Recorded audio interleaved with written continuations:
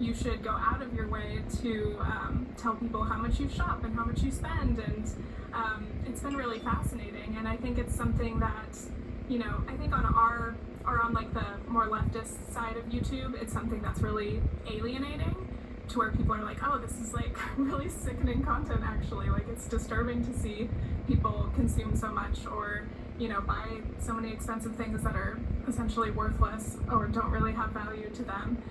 But then obviously there's such a major audience for this that loves that content and finds it very aspirational, and like they want that. They want to be able to go on these Gucci shopping sprees or buy a fucking Lamborghini or whatever. And yeah, I just find it really fascinating. I'm curious because what's so fascinating about these internet celebrities in particular is that they originally did sort of come to notoriety by being an everyman, every woman. Like, they were just like you, recording in their room on their iPhone or whatever they were doing, and now they've achieved these like really extreme levels of success. But unlike prior generations of celebrity, where I feel like them being not like you and them being completely unattainable and completely unrealistic, like I feel like that was almost what made celebrities compelling in previous generations. Was it was almost like they were Greek gods, and like you knew that you had nothing in common.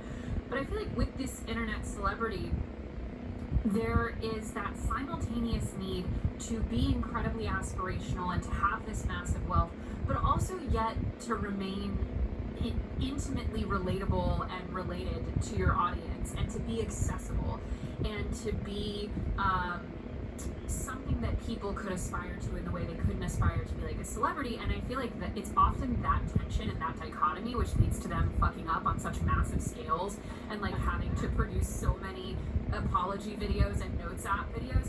And I'm curious what your perspective is on that tension between I'm just like you, but I'm also nothing like you.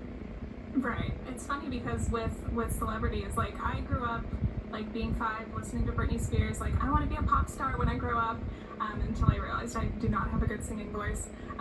But the funny thing with celebrities is like, obviously everyone thinks, oh, if I had the right, you know, discovery moment in the mall or whatever, I could move to Hollywood, I could be a singer and actress. But like, I mean, you could argue, but celebrities have to have some kind of talent, arguably, again, or at least be like ridiculously beautiful. But the appealing thing about social media and the influencer lifestyle is like, of course, yes, a lot of those things still do apply. Obviously, being conventionally attractive or fitting these beauty standards will be an advantage to you, but it still feels a lot more accessible because like you don't even have to move to LA first. You can go viral on TikTok and then, you know, 3 months later move your whole family to Hollywood, Right.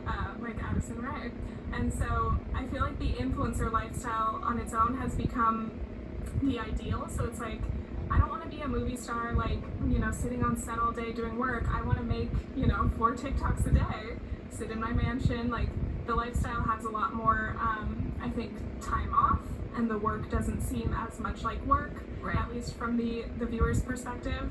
And so, yeah, it's like nobody even wants to be a traditional celebrity anymore, unless they genuinely have a talent or like, you know, a desire to be a musician or something.